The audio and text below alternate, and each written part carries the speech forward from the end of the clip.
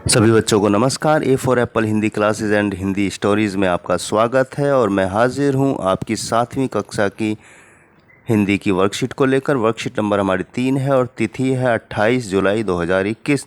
आज हमें प्यारे बच्चों गद्यांश पढ़ना है और गद्यांश के माध्यम से कुछ प्रश्नों के उत्तर भी हमें इसी गद्यांश से पैराग्राफ से खोजकर लिखने हैं। तो शुरू करते हैं। भारत देश सबसे बड़े एशिया महाद्वीप में स्थित है। तो जो भारत हमारा जब कहाँ पर है, बड़े एशिया महाद्वीप में, जो उत्तरी गोलार्ध में स्थित है। और कहाँ स्थित है? उत्तरी गोलार्ध।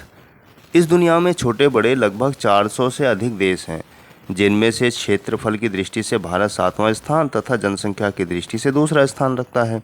अब देखिए, महत्वपूर्ण जानकारी है प्यारे बच्चों की। दुनिया में 400 देश हैं छोटे बड़े, और भारत का जो एरिया है पूरी दुनिया में वो 7वें नंबर पर है, और जनसंख्या के मामले में भारत दूसरा स्थान है। और हमें ज़रूरत है आज की कि जनसंख्या पर नियंत्रण यानी कंट्रोल किया जाए। मेरा देश भारत ही ऐसा है जहाँ सभी धर्मों के लोग एक साथ मिलजुल कर रहते हैं, तो वहीं देशवासी मिलकर अपने हिंदुस्तान की आन शान के लिए कुर्बान होने का जज्बा भी रखते हैं। तो यहाँ कितने धर्मों के लोग, कितनी भाषाओं के लोग, कितनी बोलियों के लोग यहाँ पर मिलजुल के एक साथ रहते हैं, यही भारत की एकता है। और जब देश पर कोई संकट आता है तो सब मिलजुल कर मुकाबला करते हैं। ये आपने कोरोना के लॉकडाउन में देखा, जब लोग परेशान होकर घर छोड़कर जा रहे थे, तो लोगों ने ही, दूसरे लोगों ने ही, इस देश के वासियों ने ही उन लोगों को खाना भी दिया, भंडारे लगाए, बहुत सारी सुविधाएं दी।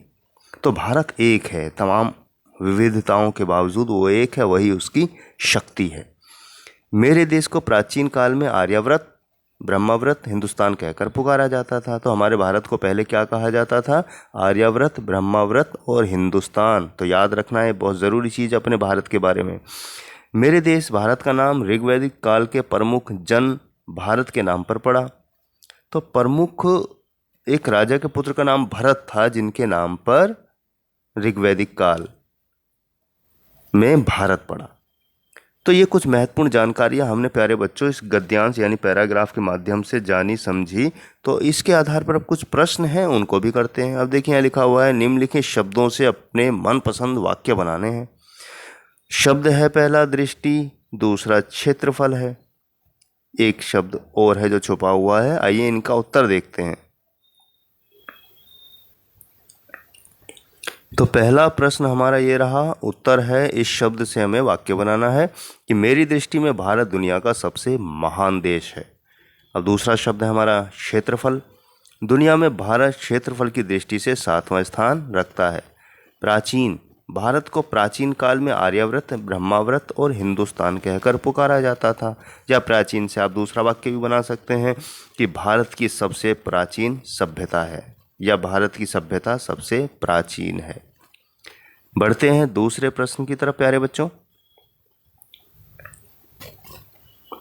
तो स्क्रीन पर हमारा दूसरा प्रश्न है कि निम्नलिखित शब्दों के सामने उनके समान अर्थ लिखिए। यानी कि अर्थ लिखने जिनका समान यानी एक जैसा अर्थ हो। तो देश को हम राष्ट्र भी कहते हैं, अधिक को ज़्यादा भी कहते हैं, और स्थित को मौजूद और विद्यमान भी कहते हैं।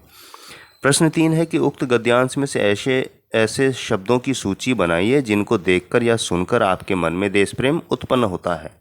तो उत्तर है कि देश की आन शान, कुर्बान, जज्बा, मेरा देश, देशवासी, मिलजुल कर, इन शब्दों से हमारे अंदर एक देश प्रेम की भावना पैदा होती है, उत्पन्न होती है।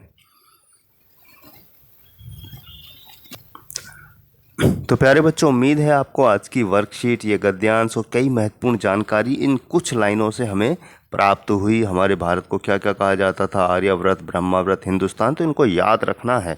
अपने देश की कुछ चीज़ों को याद रखिए ताकि कोई बाहर का व्यक्ति पूछे आप उन्हें बता सकें पूरे गर्व के साथ। तो इसी के साथ मैं लेता हूँ विदा प्यारे बच्चों। मिलूँगा जल्दी ही आपकी अगली वर्कशीट के समाधान के साथ। तब तक अपना ध्यान रखें, मास्क लगाकर बाहर निकलें, भीड़ भाड़ में बिल्कुल ना जाएं, अगर जाएं तो 2 गज की दूरी का ध्यान रखें। अच्छा खाना है तभी स्वस्थ रहना है।